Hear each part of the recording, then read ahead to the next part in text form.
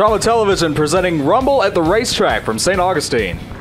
Here we have Billy Brooks in the tight shorts that just took down a fellow out of St. Augustine. And what would that man's name on the bottom in the white shorts be, Big Scary? His name would be Thomas Apelaw Manning. He's 0-1 out of the St. Augustine Combat Club, trained by John Marlowe.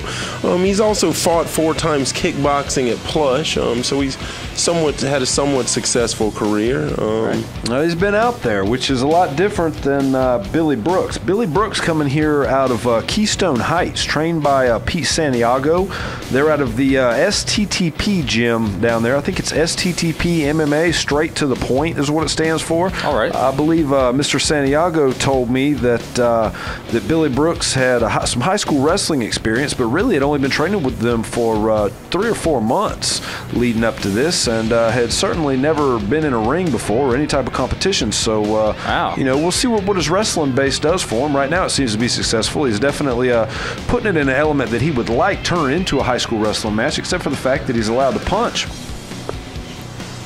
Like this weight class, young and hungry and fast, and just go in there and grab something and go at it. Oh, absolutely. 145 pounds. There's definitely no stall of action. There's no excuse for these guys to get tired. The volume and the work rate that they can exhibit in here is unparalleled to a lot of the heavier weight classes, and occasionally you still see a guy at this weight with knockout ability and power in both hands, so it's absolutely an exciting weight class to watch, as a lot of these weight classes are that are here on the card today for the Rumble at the Racetrack here in St. Augustine. We've had a really successful event so far. We have over 700 people in attendance. And we'd like to thank the United States Marine Corps, as Big Scary's referenced in prior matches here. I'd like to thank them for not only partnering up with our event, but also for defending our country and many other things. Thanks, guys. I mean, that's all you have to say right about now, Big Scary. Thanks, guys. Lorenzo, where did we get this guy, bro? I just want to tell him thank you, because they can never have enough thank yous. Well, I'll thank my brother David, also Marine Reservist. So, all right. What do you got, Josh? Oh, if we're thanking people, do we want to go down a list? My kindergarten teacher taught me the A's, B's, and C's. We can thank her, too, if we really want to make it any more boring than it is right now, because doesn't seem to be a whole lot going on in there. There's a punch or two. Well, really, Billy Brooks has got to solve the riddle of Thomas Manning's guard. If he can't pass the guard, chances are he's not going to be nearly as effective with those strikes as he could be if he were able to transition out from what was a guard that now Manning has somewhat locked up into an attempt of a body triangle. But you know what? That's going to ride the round out, and now here we go into round 2. All right, fist of flying, but once again, looking for a takedown.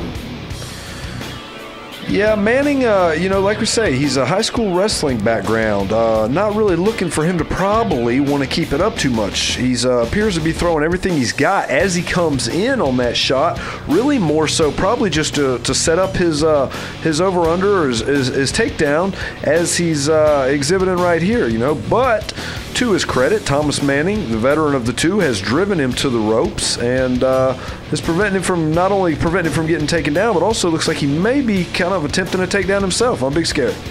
Yeah, that's what it looks like. But Brooks has definitely got the game plan for his height. And, he's given up several inches in height and reach. So, he's definitely got the game down. That's Good shot. Big slam. Spine buster.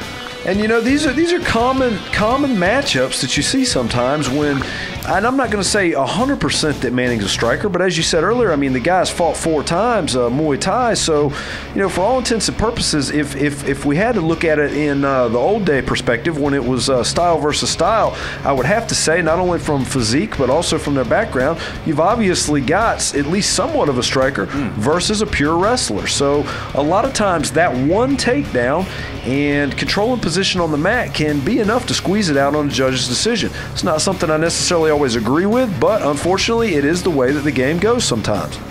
Looked like he was finally starting to pass the guard and they got caught up in the ropes, but they'll be restarted in the same position. Right, no cheap rope breaks here in the AAMMA sanctioned mixed martial arts. Not pro wrestling. No. No, not going to be allowed to grab the ropes, powder out, hit anybody with a chair or anything like this. Looking like he could go for an arm triangle, but maybe that's not in his repertoire yet. Well, Thomas Manning's done a good job of not getting his guard passed. I don't think that Brooks has really successfully passed his guard a single time, and Thomas does appear to be passively working from the bottom and possibly looking to set something up. He's trying to work that rubber guard for a second. You know, and it's funny how styles make fights. Everybody says that. As we were speaking of earlier, it was striker versus grappler per se, but now I would say we're almost looking at jiu-jitsu versus wrestling here. He's just definitely, Brooks is controlling Manning pretty good. He's not able to do anything right now. Well, you know, that's one side of it, and then the other side is the fact that Thomas Manning, I mean, it's all on how you look at it. Thomas Manning's got him immobilized, if you think about it. I mean, he's in the guard. He hasn't been able to pass, and now here we go into the third round. I mean, both rounds have played out the same way. He's ridden it out. Another takedown. Some big shots, but it looks like he got back up to his feet before he did that, which would not be 3 points of contact, which would be a foul. Manning appears to be still looks groggy. Wow. Yeah, a little shaken from that by all means. I think he's going to need a couple minutes. Yeah, and it looks like Eric Skates is over here. And he's not giving him the couple minutes. No recovery time at all. And we'll see what... Billy Brooks, the big overhand right. And would you look at that? He hit him and backed up immediately, not realizing the damage he had done. Switched stances as he threw the punch, and that was all she wrote.